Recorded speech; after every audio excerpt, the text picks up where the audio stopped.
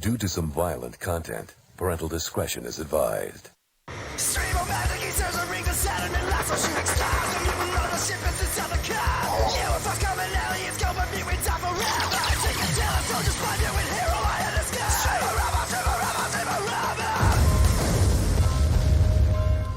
Yes, indeed, Strebo is back for another episode of Indie Film Reviews, and today we are singing "We Are the Champions, My Friends." We'll keep on fighting till the end.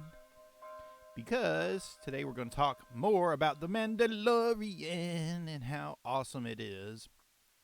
I've got caught up on the up to the third episode, as we're getting them once a week, which I am perfectly fine with. I think that's very cool. Let's go ahead and expand this to full size because this video is going to get flagged no matter what. But it's not like these videos are drawing 2 million views, so who gives a crap? You can have my 1 cent, Disney. Why am I singing "We Are the Champions"? Because it wasn't more than 6 weeks ago I made a little video that said, what is missing from the Disney Star Wars films? And I sat down and I explained to you all that what is missing is the samurai film aesthetic. And finally, we see it. We see it brought back. Thank you, Dave Filoni. Thank you, Jon Favreau, for getting this Mandalorian series off to a great start. Episode 2 is shows its hand 100% and reveals that the Mandalorian is nothing more than Lone Wolf and Cub in space. This is the story of Ito Agami, played by the Mandalorian, with Baby Yoda, as everybody is calling it, because that's all we can call it at this point till it gets some kind of name. With Baby Yoda as I can't even think of the kid's name now. As Daigoro, that's his name. Daigoro. The Mandalorian walking the road to hell. You have to go back and read Lone Wolf and Cub now, because I can make all these Lone Wolf and Cub references, both to the manga and the movies and endless television adaptations. And most of you nerds won't know what I'm talking about.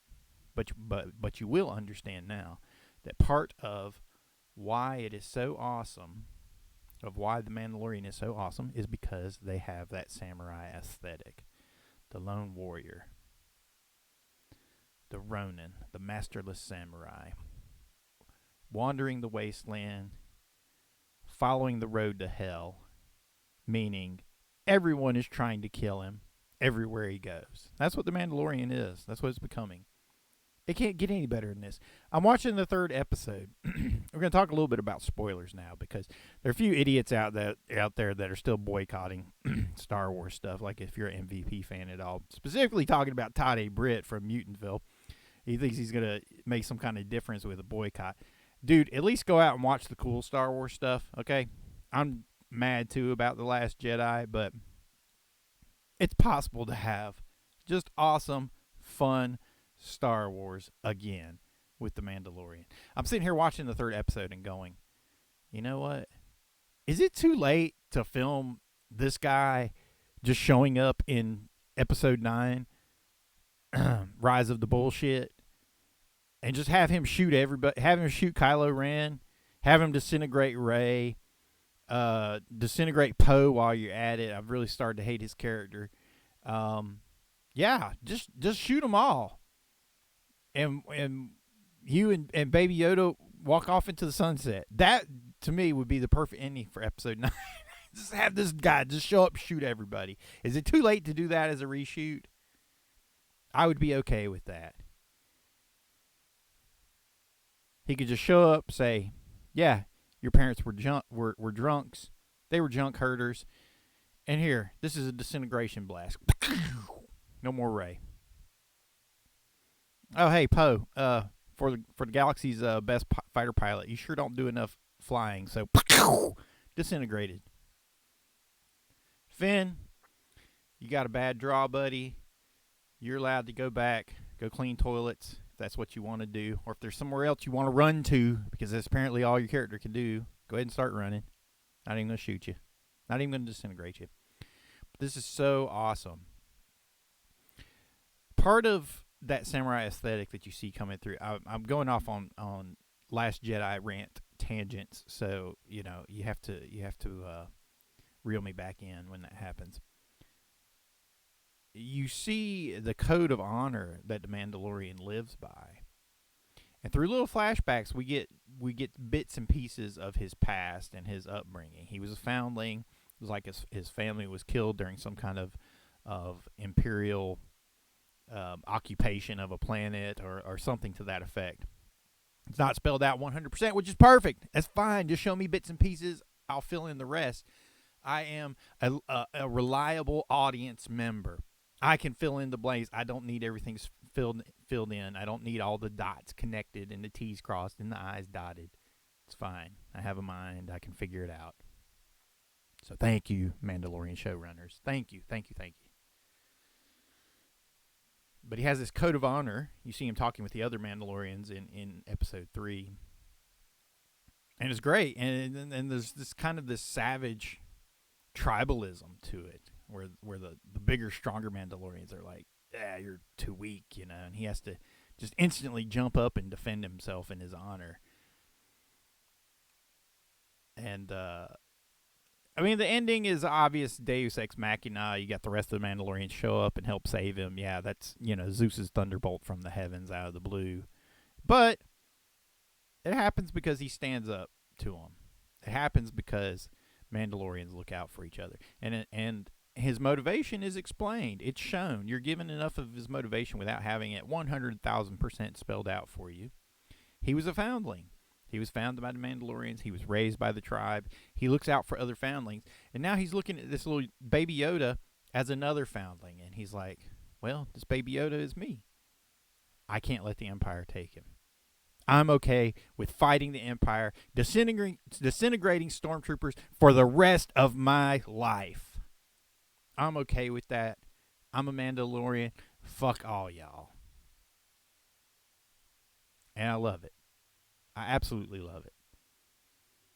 I love the gear. I love that they're naming pieces of the Mandalorian history. I don't know how much of this had been canonized up till now. As I explained in my first video about the Mandalorians, there were only bits and pieces of the backstory and the mythology of Mandalore ever revealed through the comic books or through information that you got off of the toy packaging or what have you. It was never really expanded, to my knowledge, through any other fashion in terms of novels or the comic books or whatever. We just kind of had this endless series of, well, now Boba Fett's doing this, well, now Boba Fett's doing that. But there was never a look back at the Mandalorian backstory. Apparently, Boba Fett was never even a Mandalorian anyway. He was just a bounty hunter using Mandalorian armor, which I knew that at one point and forgot it and whatever. I guess I forgot it when Disney decanonized everything. But anyway. So that's my question. Is it too late to add this guy to the reshoots? Rise of Skywalker. It's coming out in 1 month now. They've got time. Just have him show up. Just shoot the Mandalorian by himself, his little disintegrator gun. Just CGI disintegrate Rey, Poe, Kylo Ren. Just shoot him while he's taking off his helmet and crying. It's the best time to get these emo kids. Disintegrated. Done. Over and done with. Him and Baby Yoda can just fly off in peace. That would be the greatest ending for the new trilogy ever. But anyway, I just showed up to remind you all that, yeah, I called this. I said this is what's missing from Star Wars. That they don't have that samurai aesthetic. But now here, finally, somebody shows, hey, we do understand this. When we're not... I can't even fathom how they're putting these Star Wars films together. I've seen pictures of the Lucasfilm Star Wars, the Lucasfilm storytelling group, or story group, whatever it's called. But anyway, it's this collection of people who determine the direction of Star Wars stories. And apparently they're 20 idiots, or 15 idiots. Mix of male, female, they're all idiots. They don't know what the hell they're doing. Then you got Kathleen Kennedy coming out saying she can't make a good Star Wars film because there's no comic to base it on, like with Marvel and Kevin Feige, who's just adapting, the classic storylines. Heaven forbid that she pick up a book. If she just read the Timothy Zahn trilogy, the new Disney trilogy could have been completely different. Somebody just could have slid that to her. Hey, read these 3 books first before you throw everything out the window. Oh, wow, these are really good. And they're Star Wars. And they don't crap on all the characters that came before them. And they add new characters. Oh, this Mara Jade, she's cool. Oh, Grand Admiral Thrawn, he's pretty badass. Oh, and they're all new. And we don't humiliate all the characters that came before. Oh, I had no idea you could do it that way. Yeah, that's how you do it, Kathleen Kennedy. That's how you do it. That size, the disappointment that I feel at the prospect of having to go see Rise of the Skywalker, knowing that the Mandalorian is not going to show up and disintegrate everybody. But I'm going to do it. I'm going to see it. I'm going to watch it. I have to at some point. Probably not opening weekend. I have to see it at some point, and I'll be disappointed, and bitterly so. But I doubt anything will affect me in the way that The Last Jedi did, because they've already used and abused Luke Skywalker. Han Solo's already dead. All they've got left now is they can torture Chewbacca and shoot Lando in the back of the head. I mean, I guess that's it. They could do that, but now I'm expecting it. It's not a surprise now. It's not a swerve now. Just get back to good, simple storytelling. So brilliant.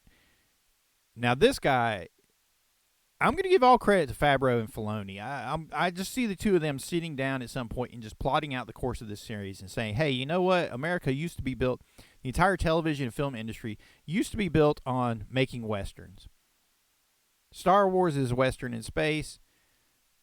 Let's do Endless Bounty Hunter in space. This is Western in space. Oh, yeah, and let's make it Lone Wolf and Cub at that.